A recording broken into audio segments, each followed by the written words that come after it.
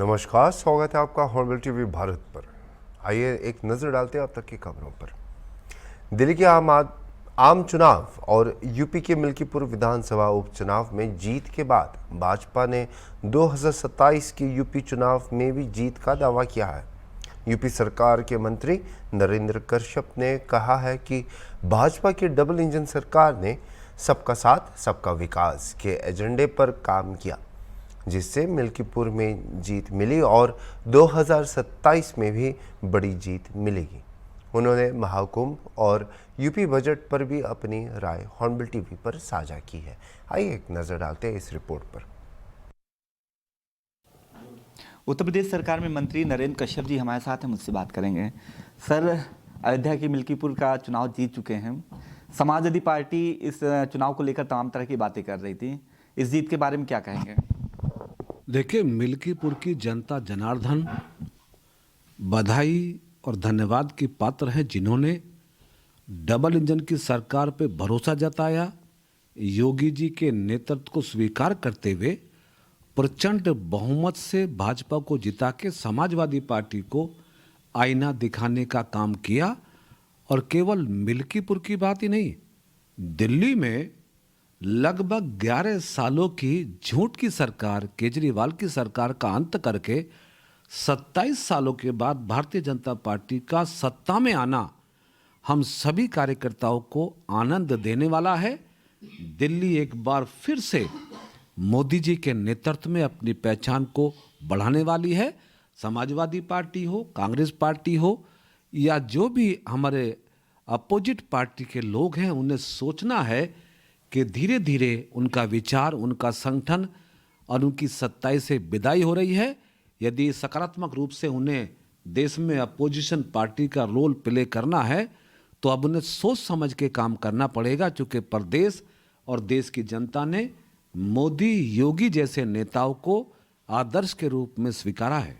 Sir, जिस तरह से मिल्कीपुर को लेकर सपा मुखिया कह रहे हैं आयोग पर निशाना साधा है, चुनाव आयोग मर गया, सफेद कपड़ा भेंट करेंगे, और उनके कार्यकर्ता ये भी कह रहे हैं कि 27 के चुनाव के लिए जन जागरण यात्रा चलानी है, क्योंकि वो सीधा सीधा आयोग पे निशाना लगा रहे हैं और सरकारी सिस्टम पे वो कह रहे हैं। क्या कहेंगे? अखिलेश यादव जी जब करहल में जीतते हैं तब आयोग पे सवाल नहीं उठाते, मिल्कीपुर में हारते हैं तो आयोग का पुतला फूकेंगे, पुलिस को बेईमान बताएंगे, ईवीएम को खराब बताएंगे। ये अखिलेश जी की प्रवृत्ति बन गई है, राहुल जी की प्रवृत्ति बन गई है कि हारने के बाद वो अपनी कमियों की समीक्षा नहीं करते, बल्कि आयोग ईवीएम पर आरोप लगाते हैं। प्रदेश देश की जनता समझ गई है कि इन पार्टियों की हार का ठीकरा आयोग पर फूटना, इसलिए इन बातों का कोई असर अब किसी पर नहीं पड़ने वाला। असल पीडीए किसके साथ है? भारतीय जनता पार्टी कहती है कि समाज का जो अंतिम पायदान का व्यक्ति है उसके लिए भी यूपी की डबल इंजन सरकार ने काम किया है, लेकिन पूर्व की सरकारों में नहीं किया है। अखिलेश यादव कहते हैं पीडीए उनके साथ है और 2027 के वो सत्ताधीश होंगे। भारतीय जनता पार्टी अंत्योदय के सिद्धांत पर सरकारों का सर्जन करती है, संचालन करती है, जिसका प्रतिफल लगातार तीसरी बार प्रधानमंत्री के रूप में नरेंद्र मोदी जी का स्थापित होना है। 62 साल के बाद ये दूसरी बार हुआ है कि एक व्यक्ति को तीसरी बार बहुमत के रूप में प्रधानमंत्री बनने का मौका मिला। उत्तर प्रदेश में हम दूसरी बार सरकार में, 2027 में हम तीसरी बार सरकार में आएंगे। अखिलेश यादव जी का कोई हथकंडा, कोई झूठ, कोई पीडीए अब उत्तर प्रदेश में चलने वाला नहीं है। उनको मालूम है कि संगठन उनका धराशायी हो गया, विचार से विमुख हो गए। समाजवाद की बात करने वाले अब पीडीए की बात करते हैं। राम मनोहर लोहिया को भूल गए, तमाम अपने नेताओं को भूल गए, मुलायम सिंह जी को भूल गए। अब जो समाजवाद के विचार को भूल सकता है तो अच्छी तरह से उनकी पार्टी के लोग भी जानते हैं कि समाजवादी पार्टी का भविष्य अब अंधकार में है। जी सर, केंद्र के बाद अब यूपी का भी बजट पेश होने वाला है। किस तरह का बजट का आकार होगा और कितना फायदेमंद रहेगा ये बजट यूपी प्रदेशवासियों के लिए? उत्तर प्रदेश में 18 फरवरी से बजट सेशन होगा। बजट का आकार अभी तक की सभी सरकारों से बड़ा होगा। लक्ष्य उत्तर प्रदेश को सर्वोत्तम प्रदेश बनाने का है।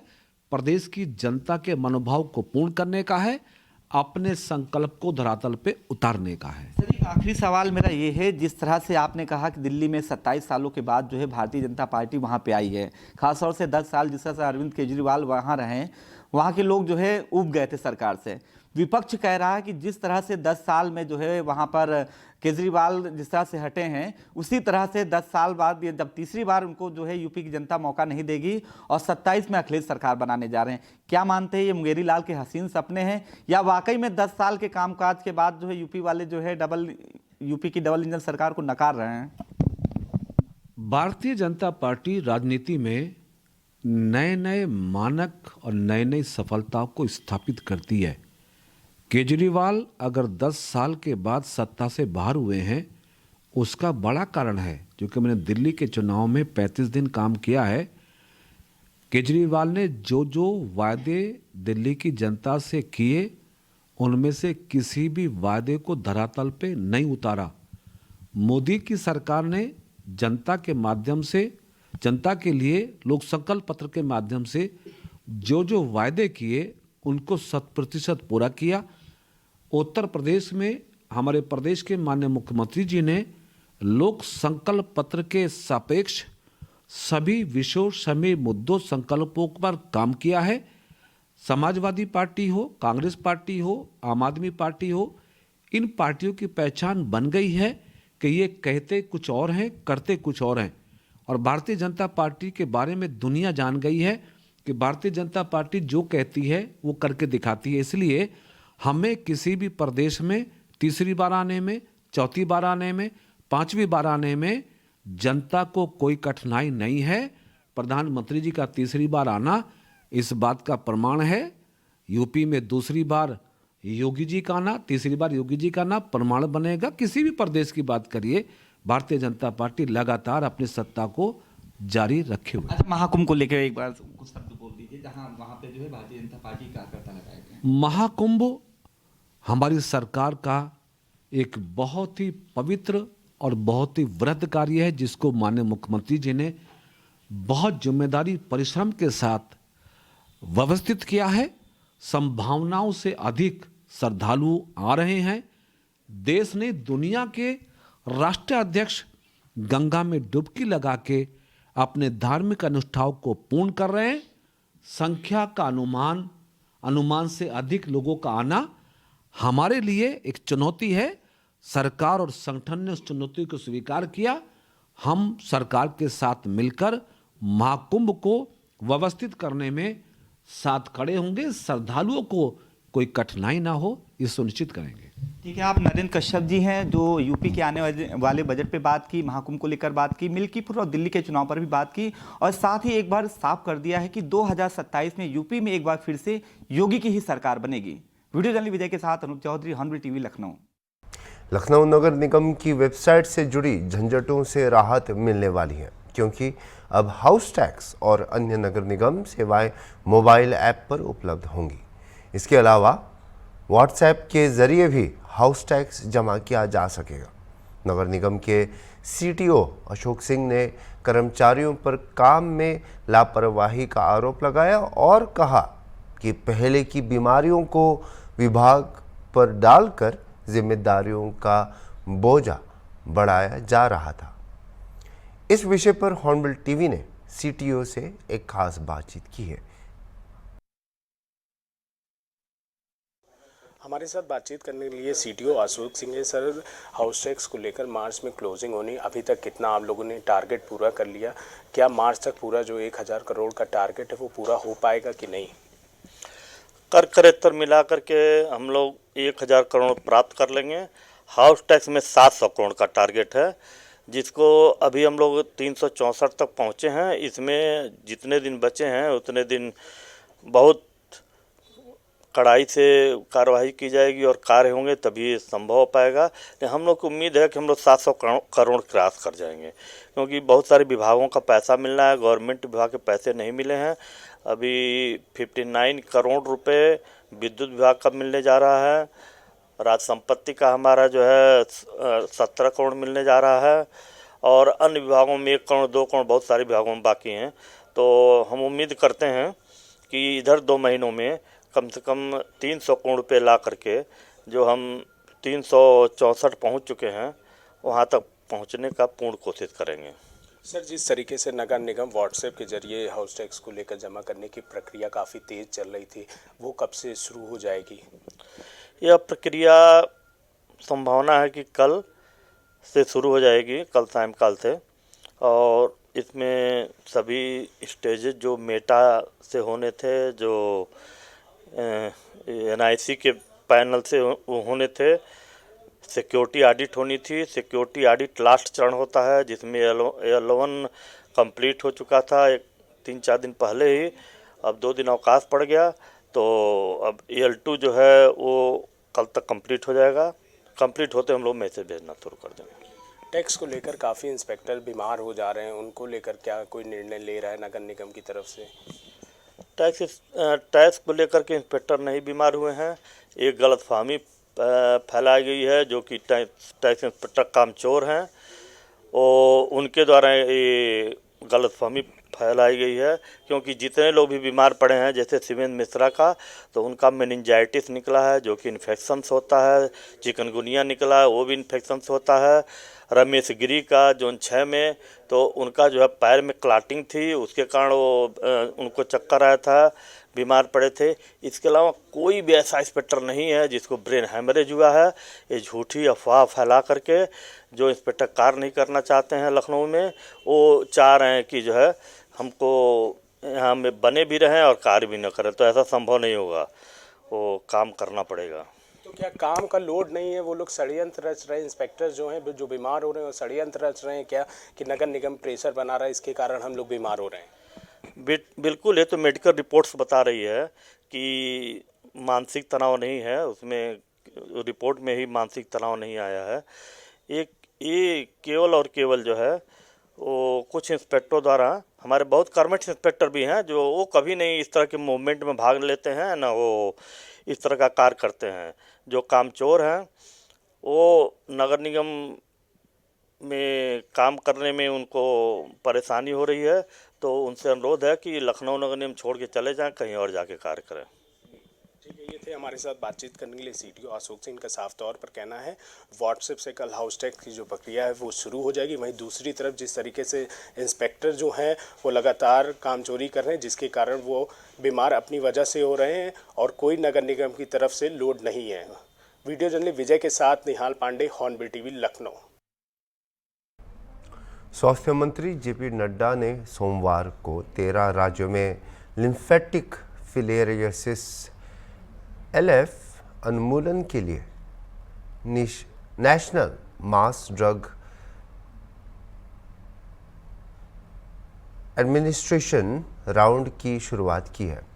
यह पहल देश की कोशिशों का हिस्सा है ताकि इस गंभीर बीमारी को खत्म किया जा सके जो लाखों लोगों को प्रभावित करती है। MDA कार्यक्रम के तहत जोखिम में आए हुए लोगों को दवाइयां दी जाएगी। नड्डा ने इस पहल को महत्वपूर्ण बताते हुए कहा कि यह LF के खिलाफ भारत की लड़ाई को तेज करेगा। उन्होंने यूपी और ओडिशा की सराहना की जो इस मामले में प्रगति कर चुकी है। उन्होंने सभी स्तरों पर सरकारी भागीदारी और जनप्रतिनिधियों से सक्रिय समर्थन की अपील की है। आज के इस मास ड्रग एडमिनिस्ट्रेशन के कार्यक्रम के लॉन्च में यहाँ वर्चुअली जुड़े हुए हमारे उप मुख्यमंत्री जी, हमारे मंत्रीगण, हमारे भारत सरकार में सचिव स्वास्थ्य मैडम पुण्य सलीला श्रीवास्तव जी, हमारी AS और MD Aradhana Patnaik ji, national health mission के डायरेक्टर, और वर्चुअली जुड़े हुए तमाम हमारे अधिकारीगण। आज हम सब लोग एक विशेष कारण से एकत्र आए हैं। जब हम लिम्फेटिक फिलियारिसिस को जड़मूल से समाप्त करने का हम लोगों ने जो तय किया है, जो रिजॉल्व किया है, उसको फिर से रीअफर्म करते हुए, उसको फिर से पूरी ताकत के साथ जमीन पर उतारने के लिए जो हम लोगों ने संकल्प लिया है उसको करने का कार्यक्रम की दृष्टि से इस संकल्प के दिवस के रूप में आज हम सब लोग एकत्र आए हैं। अभी सचिव स्वास्थ्य ने आपको बताया कि लिम्फेटिक फिलारिसिस किस प्रकार से फैलता है और जिस तरीके से बताया गया कि ये क्यूलिक्स मॉस्किटो जो गंदे पानी में जन्म लेता है, ब्रीड करता है, उसके काटने से होता है और जो बीमारी होती है वो सब आप सब लोग जानते हैं।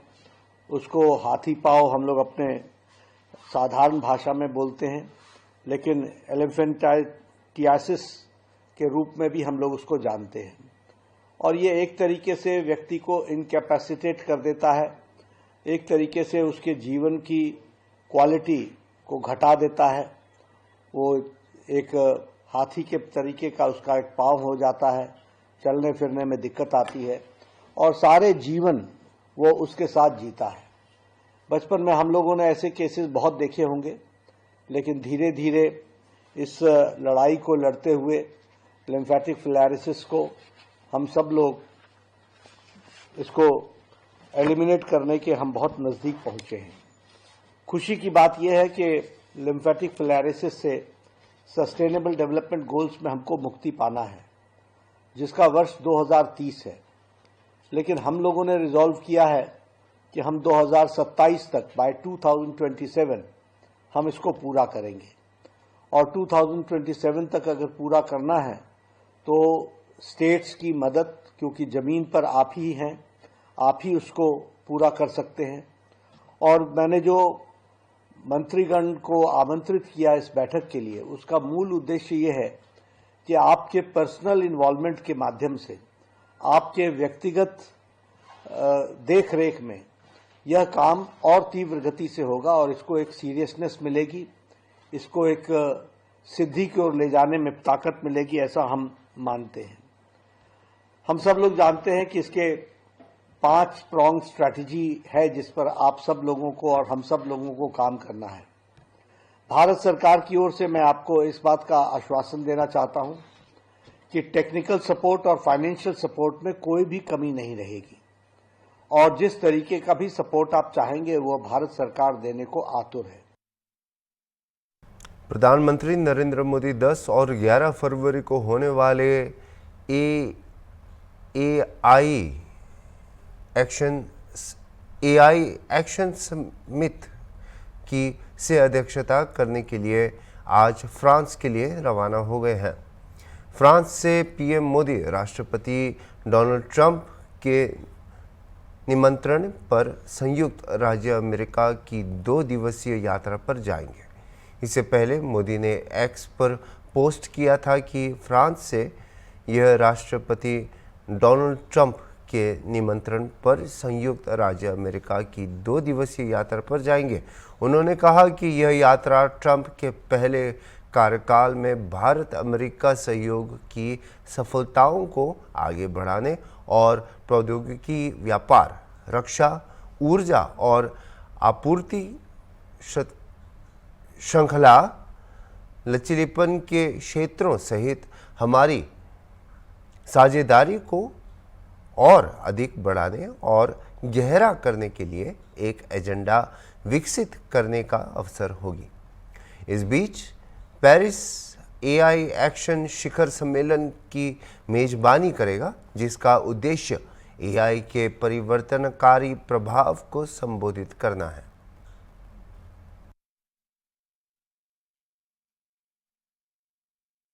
उत्तराखंड के मुख्यमंत्री पुष्कर सिंह धामी अपने परिवार के साथ उत्तर प्रदेश के प्रयागराज गए, जहां चल रहे महाकुंभ 2025 के दौरान सोमवार सुबह त्रिवेणी संगम में पवित्र डुबकी लगाई।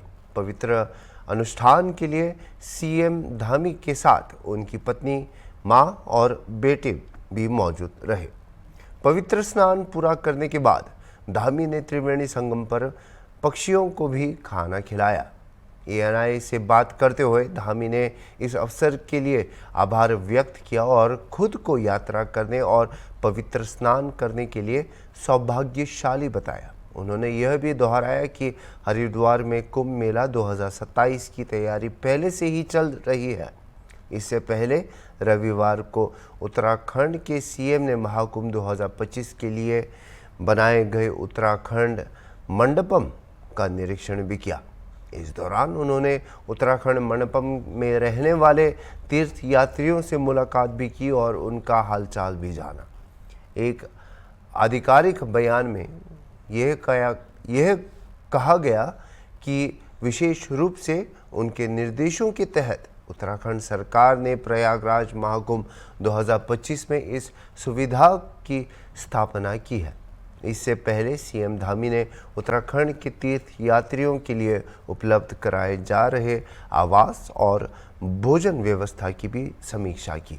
उन्होंने इस बात पर प्रकाश डाला कि उत्तराखंड मंडपम देश और दुनिया भर के भक्तों के लिए उत्तराखंड की संस्कृति का अनुभव कराने के लिए एक मंच के रूप में कार्य करता है। धार्मिक महापर्व है, महाकुंभ है और इसमें स्नान करना, डुबकी लगाना अपने आप में बहुत बड़ा धर्म का काम है और अच्छा लग रहा है यहाँ पर आकर। पूरे देश दुनिया के लोग यहाँ आ रहे हैं और आस्था की डुबकी लगा रहे हैं। मैं भी अपने को धन्य समझता हूँ। देवभूमि उत्तराखंड से ही माँ गंगा भी आती है, यमुना भी आती है और संगम में आकर डुबकी लगाई है और निश्चित रूप से ये हमारे लिए बहुत ही मैं कहूँ कि मैं अपने को सौभाग्यशाली मानता हूँ कि मुझे भी इन करोड़ों करोड़ों लोगों के साथ यहाँ पर आस्था की डुबकी लगाने का अवसर मिला है। हरिद्वार में भी कुंभ का आयोजन होगा, क्या कुछ खास रहेगा? हरिद्वार का 2027 में वहाँ पर प्रस्तावित है कुंभ हमारा और उसकी हम लोग पूरी तैयारी प्रारंभ हमने कर दी है और हमारा प्रयास रहेगा कि वह भी एक ऐतिहासिक और सभी के लिए सुविधाजनक कुंभ का आयोजन हो। सर, यहाँ साधु संतों से भी आप मिले, क्या पूज्य साधु संतों का सानिध्य प्राप्त हुआ, उनका मार्गदर्शन प्राप्त हुआ और निश्चित रूप से वो साधु संत हमारे बड़े प्रेरक होते हैं, हमारी समाज को दिशा देने का काम करते हैं, धर्म की रक्षा के लिए काम करते हैं, संवर्धन के लिए काम करते हैं। उनका मार्गदर्शन लेकर हम अपने कर्म पथ पर आगे बढ़ते हैं और उनका आशीर्वाद सदैव हमको प्रेरणा देता है। अभी के लिए इतना ही और खबरों के लिए आप देखते रहिए हॉर्नबिल टीवी।